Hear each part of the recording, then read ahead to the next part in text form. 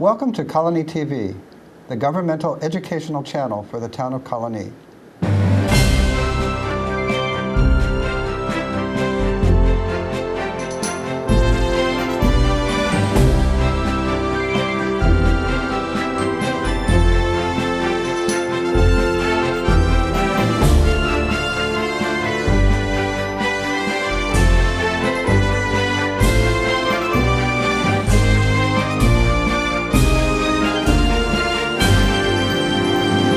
All right, well, welcome to Getting to Know You. My name is Joe Nash. Today we're going to be talking to Brian Shapiro. He's the New York State Director of the Humane Society of the United States. So thank you for coming, Brian.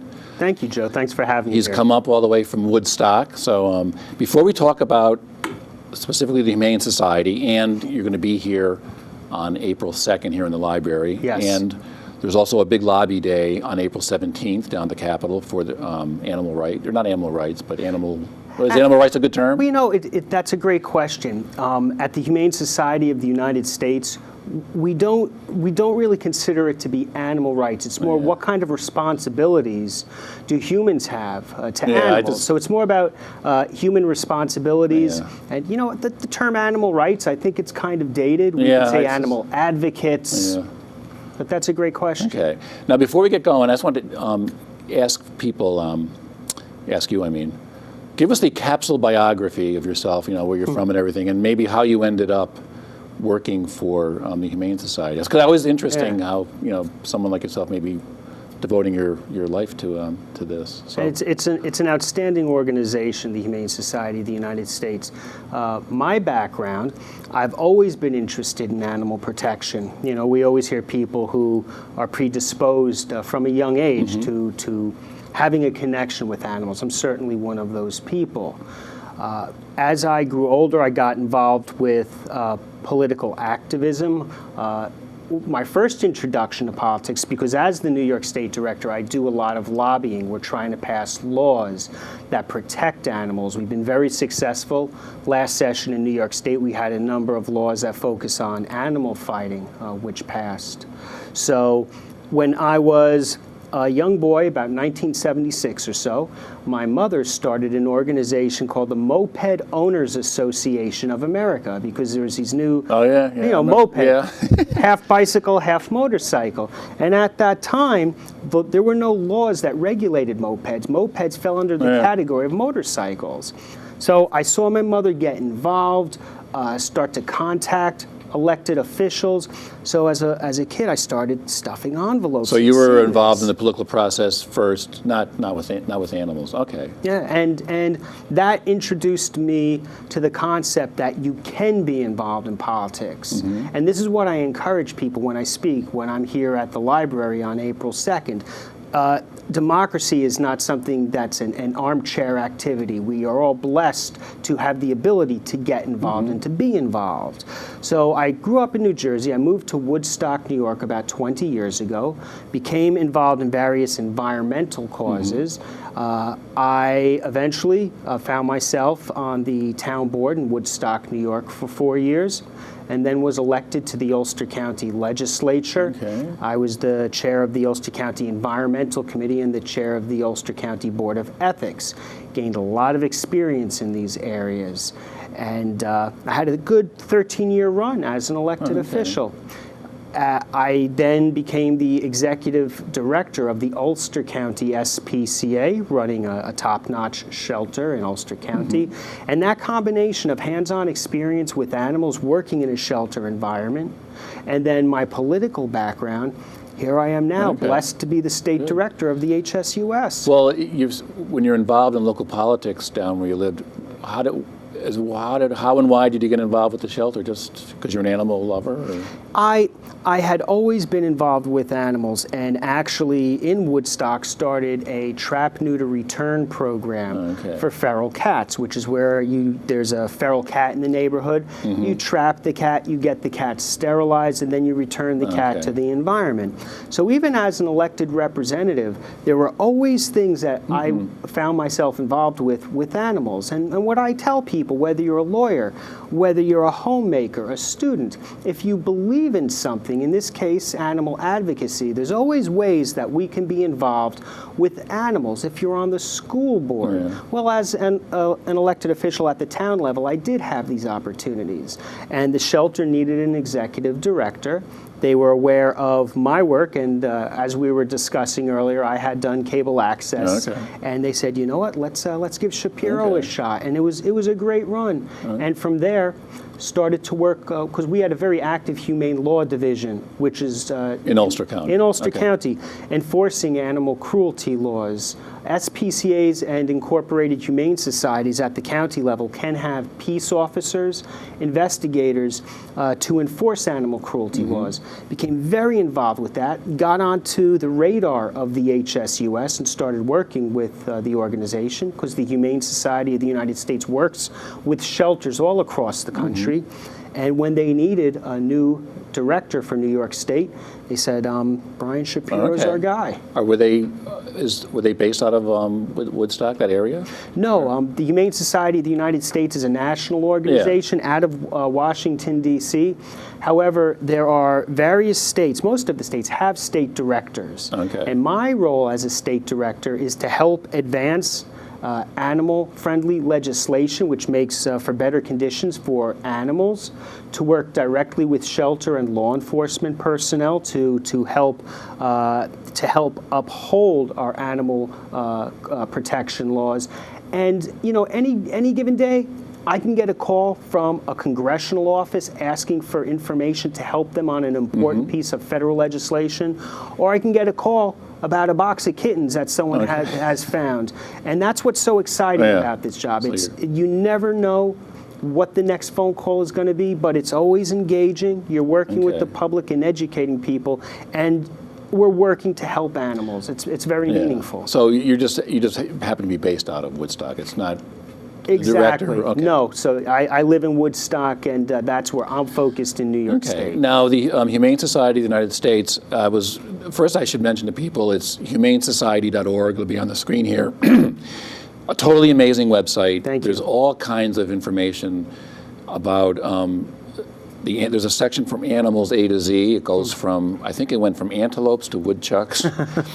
That's the one thing I didn't really realize. You guys cover all animals. All animals. I mean, just everything. And why don't we start with the list of. Back to the website for 1 second. Sure. The website's amazing. All kinds of information on anything you want, how you can help, stuff for our state and everything. So now to your main work here. I mean, the list of this is where it gets tough in some ways, because I'm one of those persons I was telling you I can't watch those commercials for dogs and cats. But the list of animal abuses, unfortunately, is quite long. I mean, I don't know. In your study of this, is it just our human history? Is it something else? Why do you think animal abuse is so? I mean, it's not just prevalent now, but all through human history. What do you think? Have you read anything about that, or what? To tie it in back to what you're saying, the Humane Society of the United States, we protect all animals, and if you look at our logo, which is conveniently located on my shirt, it is made up of 19 different animals: companion animals, exotic animals, sea mammals. And across the spectrum, we aim to protect these animals. If you ask 99% of the people out there, should animals have protection under the law? They will say, absolutely. And if you look at history, whether it's child labor laws, whether it's laws that gave women the right to vote, there's always a period where people become educated, and there's an eventual shift in consciousness of the way that people think or consider others. And I think that we're seeing this right now. Animal cruelty laws are important. We need to have laws that protect animals. And one of the pieces of legislation that's before the state legislature right now is something called the Consolidated Animal Crimes Bill. It's one of our priority pieces of legislation. This is currently up right now? It's up right now. It's in both the Senate and the Assembly, because in order for a bill to be successful, and this is one of the things I'll be talking about on April 2nd here at the library, and I continue to discuss, you need to have a bill in both houses for it to pass, and then it can go to the governor to be signed.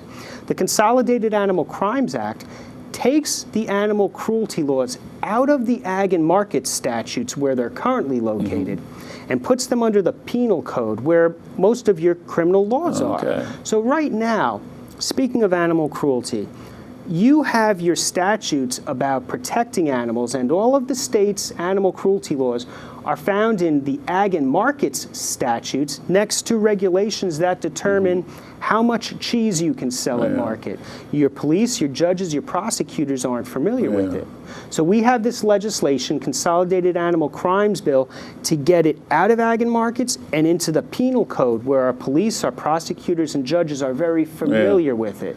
And this is going to help make for stronger animal protection. But even though the laws currently are in the ag and markets, it doesn't mean the punishments are less severe, right? I mean, people still can get punished. And it's very hard to get convictions for animal cruelty laws. And it's not that our judges or our prosecutors or our police don't feel strongly, just like any of us would if we saw an animal being abused. But the laws themselves sometimes seem foreign to the people, our court systems, let's say, because they are not right there in the penal code. And what will happen a lot of times, and I'm sure our viewers will know, if you see animal abuse or you want to report animal cruelty, you may call the police department. Often, the police department will say, "We'll call the SPCA." Yeah, they'll handle it. Yeah, that's what you're saying. And you wouldn't have the American Lung Association overseeing sting operations to prevent the sale of tobacco to minors, but you have in this case it all falling on your not-for-profits. So that's one of your main things for Consolidated Animal Crimes Bill. Absolutely. Oh, very good. And that's part of your big lobby day, April 17th, down in Albany. So why don't we start with, now I was going to say, I do think, going back to what you said, we do live in a time, I think, when people are more aware of this because I think there's all these situations on the news, 50 dogs living at a place. Those situations do make the news now. Yes. And of course, the also very unfortunate situation with Michael Vick, the football player, got a lot of press. I mean, I don't know, was that a big... I mean, was that do you know what I mean? Do you think people are more aware these days? Oh, absolutely. And social media is also helping this. A lot of animal advocates use social media. A lot of elected officials respect social media now and know that when you hear something that there's a buzz about something to pay attention to it. So I think that we are going in the right direction. And even in terms of animals, it's not just companion animals that are raised for food and agriculture. We have a bill that we're passing to help create better protection for farm animals. Whether you're a vegan, whether you are a meat eater, we can all agree that animals should be respected and treated in a way that minimizes suffering. So we also have a bill that addresses that. Many sows are kept in what's called gestation crates, which are small crates where the animal can't move for their entire life. They cannot turn around or extend their limbs or their legs. So we are pushing for legislation to get animals back onto the land or be in areas where they can move around and that's kind of like when, an animal. Isn't that how, for veal, it's the same kind of idea? Veal crates, and the legislation that we have in New York State is to end confinement of farm animals. So for instance, veal. A veal calf is the flesh of an anemic animal. They are kept in a small area where they can't move. The same thing with the pigs, a gestation crate where they are kept in a small area, impregnated over and over again and not allowed to move. So it's horrible to think because for those of us who do eat meat, we get these products and you don't make that connection. And as part of this societal awareness, this changing in consciousness, many people, whether it's for health reasons or whether it's for ethical reasons, are either reducing their consumption, trying out new products. I'm a vegetarian and a vegan. I went vegetarian in 1984 and vegan in 1990. And I'll tell you, Joe, at that time, some of the food products, it was probably tastier chomping on this piece of paper. Many of the food products that you have now are absolutely delicious, and it's good for our health as well. Well, I was going to say, besides being more aware of animal abuse, I think people are when I think of the explosion these days of farmers markets, Yeah. I think it sort of goes together. I think people are becoming more aware of the earth, I guess you could say, and of course global warming and everything. So when it comes to farm animals and food, at the Humane Society of the United States, we talk about the 3 R's. Reduce consumption of meat. It's only after World War II that, and you turn on the TV now and everything is like hamburgers and junk food. It's insidious almost the way that it kind of took over our thinking. Before World War II, meat was a part of our diets, but not this overabundance. Reduce, refine our diets, and to be able to say, well, you know what, we have a choice to buy meat that's perhaps raised in more humane conditions, cage-free eggs, and to reduce, to refine, and then to replace. As I was saying before, a lot of these meat alternative products, they're delicious, they're healthier for our families. So that's the 3 R's we talk about. One of the I'm going to just talk a little bit here about some of the categories from the website. Again, humanesociety.org, great, amazing website. Here's something that I guess I knew, but you don't really think you know. We all think of pets being abused and this and that, but one of your categories, which is very long, unfortunately, again, is this wildlife abuse. Yeah. Could you talk a little bit about that? And then there's another category, captive wildlife. What is we don't think that animals out in the wild could be abused. I don't think. Oh, absolutely. What is wildlife abuse? If we could, you mentioned captive wildlife, and it's very timely because there's a bill right now which would address exotic pets. There are people here in New York State, all over the country, that have lions and tigers in their basement, and these are wild animals. And you know what? I urge viewers and people who might think, well, you know, they might be extinct. This is a way to keep them alive. A wild animal with their genetic predisposition to live in the wild, living declawed or with their fangs taken out in someone's basement in Queens, is not humane to that animal. Yeah. So there's legislation, there's lots of legislation that we're working on across the country to protect animals. There are roadside zoos. There's, in Washington State, I heard of a gorilla in a shopping mall in a cage. Yeah. So these are the types of abuses that we see for exotic animals. In New York State, there's a bill right now which would prevent the public from coming in contact with wild cats. Many people have tigers, many people have leopards, and they have these kind of traveling zoos, for lack of a better term to call them. And we've seen in Ohio terrible things that have happened when these animals escape. We've heard of elephants escaping. People can get hurt. So what we're trying to do is, it's not just for the animals, it's for public safety as well, to limit the interaction that the public has with these exotic animals that unfortunately are captive. Well, I know every once in a while I'll read a story like that in the New York Times, say somebody in an apartment, they just went in and there was a tiger or something crazy. Yes. And, you know, the stories are far and few in between, but you're making it sound like, is it, I don't say a big problem, but is there more prevalent than we would think? Much more common than you would think. I mean, that's like... Yeah, absolutely.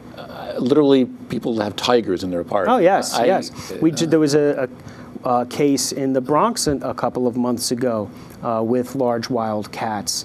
It's a serious issue, and these animals are not domesticated pets. People may think that they are, and also large boa constrictors. Yeah. What happens is when they get too big, or alligators, there's alligators in New York State that people have in aquariums. When they get too big, many people just release them into the wild. My good friend Roy Gross, who's the chief of the Suffolk County SPCA down in Suffolk County, Long Island, he had a stretch last year for a number of months where he was finding boa constrictors, alligators, pythons, and also the Florida Everglades. People will release them there. Now they're an invasive species that's throwing the entire ecosystem down there out of balance. It's a serious issue. Well, besides that, I mean, I got to say this. I just mentioned wildlife abuse, captive wildlife. There's also, I'll just read the list here. Maybe you could comment on some if you want. There's a whole section on the website about fur. Factory farming, which, I mean, I don't even know if I want to hear about that, but wildlife management, we have animal cruelty and fighting, which dog fighting, cock fighting, hog dog fighting, I don't even know what that is. you guys also work with equine protection horses. Very strong I mean, with equine protection. in this part of New York State, every summer with the track up in Saratoga, there's I would say once every meet, there's always a couple articles about some horrible thing going on up there. I mean, not horrible, but I know they try to, I mean, but there are probably some slight abuses up there. Well, there are in and racetracks in general. Racetracks, thank you, with racetracks, and this is something that Governor Cuomo has recognized. There, in the racing industry, there's a serious problem with the drugs that are given to these I think it's more of a drug. animals. Yeah, is it drugs more? Well, what happens is that more of a problem than actual, it's like physical abuse? There are cases of physical abuse, but the horses make money for the gamblers and for the owners. So what happens is, especially now, with the way horse racing and casino gambling have joined together, and you have a proliferation of casinos and these arenas and venues where you can bet, the stakes are higher for these horses to perform stronger. So they're pumping these horses with drugs. The horses are getting injured. You're seeing more and more horses dying from this. So once again, same thing with factory farming. We have, for decades, moved away from the concept of respecting the animal as its own being, as an animal that has worth for being a creature, an animal. And we've started to think of these creatures as mere units of production, whether they're there to churn out milk, whether they're there to run the racetrack. And this is what the Humane Society of the United States, in my role as the state director, to try to remind people and to remember that these are animals that have emotions and feelings. We see them in our own pets. We see it in nature when animals, it's springtime outside right now, we see all of the animals are starting to come out. And we need to respect animals and for not being units of production. And then one other category here, again, which is a lot of information besides the one I just mentioned, animals in laboratories, which is there's like 20 different something under that. You know, it's interesting because for many years, the argument had been from industry, well, we need to use the animals for cosmetic testing because what will happen if humans put on the lotions and potions? The European Union just banned recently all products that are tested on animals and the sale of all products tested on animals. Animals can't be used for testing That's anymore? correct, in the European Union, for cosmetics. Okay. That shows it can be done. And the Humane Society of the United States, we have pushed for protection of the great apes, of chimpanzees that have been used in invasive experiments. Even many of our federal agencies now agree that these larger apes should not be used in these experiments. You know, a chimpanzee has 99% of the same DNA that you or I would have. And these invasive experiments that we have exposed them to, the darkest recesses of our minds can't even imagine what we're exposing these creatures to. Now, are you involved? I know we're going to be talking in a minute about the lobby day, and you've already mentioned, it sounds like you got several bills currently going. Are you involved in any way as the New York State Director with federal legislation, or I know the Humane Society in general is, but are you involved with anything federal? Absolutely. We do have a number of federal bills right now. The Humane Society. The Humane Society. And with the way that we're set up, as the state director, I'm part of our state affairs division, which focuses on outreach with all of our states. We have a legislative affairs division, which looks at the national, as you're saying, the federal pieces of legislation that we have. We have legislation, again, to protect the great apes, to prevent horse slaughter, because now there's a move to open up slaughtering plants in the United States. Well, that's been in the news, I would say. We're filming this on March 15th? Yes. That's been in the news the last 2 weeks about horse. Absolutely. There's a move to open up in New Mexico, and there's been a move in other states as well. We don't really have a lot of horse meat consumption here in the United States, although there are pockets where this happens. And I'll give you a great story in just a second, if such a story could be great. But Many of these animals in the past have been slaughtered on U.S. soil for sale and consumption in other parts of the world, in Europe, in Canada and Mexico. Right now, horses are transported to Canada and Mexico to slaughter plants. And horses are fight or flight animals, so it's not a pretty scene when you're trying to slaughter a horse. And these are horses that have been in petting zoos, horses you mentioned earlier in Saratoga that people have ridden, they are more of a companion animal. We have a rich history with horses here in the United States. They don't just get in line for like the... No, they don't. They don't. They try to escape, and it takes repeated tries to slaughter these animals. Now, with the horse meat itself, in agriculture in the United States, the drugs that are administered, and one can certainly make a solid argument that there are too many antibiotics and drugs in the meat that Americans consume. However, with horses and horse meat, they are given a whole host of drugs. We were mentioning earlier the drugs, the performance-enhancing drugs that are given to these horses. There's no regulation for that. So therefore, people who are consuming horse meat are consuming these, basically biting into a pharmacy, for lack of a better way to put it. All right, now let's talk a little bit about, this show is going to be on both before and after April 2nd. Brian's going to be here Tuesday night, April 2nd, 5:30 to 7:30. You're going to be talking about how you can get involved with the Humane Society, but more importantly, how you can help out legislatively, I guess you could say, and I guess you're going to be looking for people to help or to go down to the Capitol on the 17th, which is the Lobby Day. Does the Lobby Day have an official name? There is. It's Humane Lobby Day. Oh, okay. 2013 Humane Lobby Day. For people who want to find out more about Humane Lobby Day or any of the topics that's what you're going to be talking about on the 2nd here. On the 2nd, we're going to be talking about Humane Lobby Day and also how people can become involved in the political system. And for those who want to reach me, B. Shapiro at humanesociety.org. We'll put that on the screen. There you go. Okay. The first person to want out their email on the screen here, I think. I'll leave my cell phone number off, but I will gladly give my email address. Do you find yourself getting a lot of, when you go around, you were telling me before we started, you go all over New York State, doing things like you're going to be doing in our library. What's your turnout and interest been? Are you getting I mean, do you think on the 17th down in the Capitol you're going to be having a big crowd? We do. We have 200 to 300 people show up every year. We're expecting a larger turnout this year.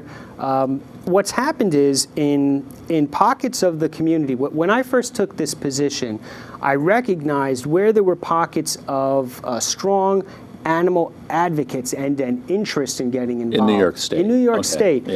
This area, as we were talking earlier, the Albany area, Colonie, Delmar, there are many animal Schenectady, many animal advocates in this Capital area. District is... Capital District is huge, and it's growing, and there's a strong interest in this. You're seeing it in Long Island, and you're also seeing it in central New York, around the Syracuse area. So yes, I'm traveling the state. I'm going to be in Nassau County, Buffalo, Syracuse, and we are seeing people who, from across the spectrum, people who are interested in wildlife, people who are interested in farm animal protection, people who are interested in stronger anti-cruelty laws with this Consolidated Animal Crimes Bill, all coming together and realizing that the only way to get things done truly and effectively, and it doesn't matter if it's animals or we were talking about mopeds before, to engage in the political system. Don't be afraid of the political system. So people will be coming from all over the state to here to the Capitol. Now you have mentioned, I don't know if you would know off the top of your head, but how many bills or laws are you promoting to hopefully get passed? Just a handful, or do you got a whole? You know, if you look at the animal-related bills that come before the legislature, again, the legislature being both houses, the Assembly and the Senate, you have hundreds and hundreds of animal bills. The Humane Society of the United States, we're sponsoring five bills right now. However, there are other bills that come up that we are sending out memos of support, saying we support this, and it could be a law or a bill that may have some animal component. Well, I'll give you a great example. There is a bill to limit what is referred to as wildlife killing contests, which is not your standard hunting, where many of us in the community, our family members, hunt, they perhaps enjoy venison. this has nothing to do with this. A lot of this is to go out, kill as many squirrels as you can, and you win a TV, or you win a gun, or you win a cash Well, prize. I guess my question would be, I'm looking down here, that's right on here, captive hunts. Yeah. I guess my question would be, who sponsors those kinds of things? Well, I don't want to. These are two different things. And I'm glad you brought that up, because that's something that we're going to touch on. I mean, are they sanctioned by a group, or are they just a bunch of people saying, let's go out Well, and with kill? these wildlife killing contests, there's legislation right now sponsored by Assemblymember Glick out of New York City, and Senator Martin's a Republican out of Long Island, bipartisan. You don't have to be a party affiliated with any party to love good animal protection. This would end the ability for people to have these killing contests where you go in the woods, you kill as many squirrels as you can. They had something in Holly, New York recently that really touched on this, and people were outraged about it. Was it just a bunch of people getting together and saying, let's have a There's contest, a or was local it sponsored? It was sponsored by the local fire department in Holly, New York, and really? they received emails and correspondences from around the world, and the Humane Society of the United States was active in educating the public and urging the citizens of Holly to say, you know what, if you want a fundraiser, let's have something that doesn't involve, because when you have these wildlife killing contests and you kill as many squirrels or sparrows as you can, it has nothing to do with population control, it has nothing to do with game management, it's just for cash and prizes. You were mentioning the captive hunts. Now that's a little bit different. That's not okay. Captive hunts are where you have an enclosed area and you can buy animals at auction, zebras, exotic animals. Oh, they're like you put them in a fenced-in. fenced-in area, Right. and then trophy hunters can then kill these animals. Right. You do have these facilities in New York State. There are some in New York State? Absolutely. Oh, There's okay. many. I did not- About 10 years ago, Governor Pataki had vetoed legislation. It passed both houses to end the canned hunts in New York State. Governor Pataki vetoed legislation. What is a big problem right now, and is one of our priority issues, at these canned hunts, these breeding facilities, there's a type of boar, a pig, called a Eurasian boar, which is very comfortable in the forests of Russia and in other places. They've been brought to the United States. They are prolific. You can't stop these animals. They're like super animals, and they are an invasive species. So they cause a lot of crop damage, and they can cause harm to people and property as well. It's not as if some of these pigs escaped in 1953 and they've proliferated. They escaped from the breeding facilities. And here's an example where the Humane Society of the United States is working closely with the New York State DEC and the United States Department of Agriculture, Wildlife Services, to say, you know what, we need to stop the sale, the possession, and the transportation of these animals, because they're like water. You can't keep them in a fenced-in area. Once they escape, it's not the pig's fault. But once they escape, they create a lot of problems from these canned hunt facilities. So that's one of our pieces of legislation. Well, I guess we're almost out of time here, but there's so many issues. There are. I didn't even touch on. Maybe we could do a if you part go to two this sometime. website, humanesociety.org, it's really amazing. All these things I've been talking about, captive hunts, wildlife abuse, each one of these, you click on it, there's a whole thing on all this. It really, I mean, we didn't get to animals in laboratories, nothing about the ocean. I mean, you guys do a lot of work. Shark finning, you mentioned ocean. We have a bill to outlaw shark finning, where shark fins are just removed from the shark's dumped in the water, and the shark fin is then used to make a bland soup. Okay, so I would encourage people watching, go to this website. It's really, and there are some videos. They're sort of tough to watch, like I mentioning the commercials. Yeah. So it sounds like you are quite the advocate. Thank you.